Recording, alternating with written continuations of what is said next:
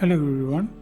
If you're facing this issue, like if you install any app on App Store, it keeps asking the password, Apple ID password. So how to stop that? Let's see. First you need to open Settings app and scroll down a little bit. Then open Touch ID and passcode and enter your iPad lock screen password. And here you need to turn on Touch ID. Then you will see these two options, Wallet and Apple Pay, and iTunes and App Store. Make sure these two options will be turned on.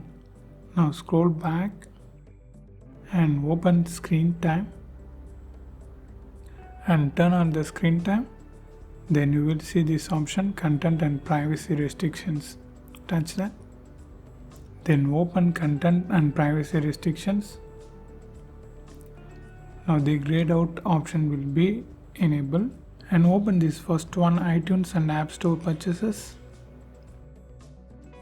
And under required password we have two options, always require and don't require. Just turn this to don't require. Okay. Now just go to App Store and install any app. For first 1 or 2 times it will be asked to enter your Apple ID password. After that it won't ask your Apple ID password until you factory reset the iPad. So I just installed this app.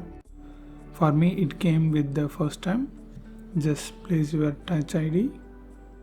That's it. For some users, first 1 or 2 times Apple ID password may ask. You just need to enter that. After the 1 or 2 times, it won't ask. So after you installed any app, you just came here and turn off the screen time if you wish. It doesn't matter. So it's only used for that first time only.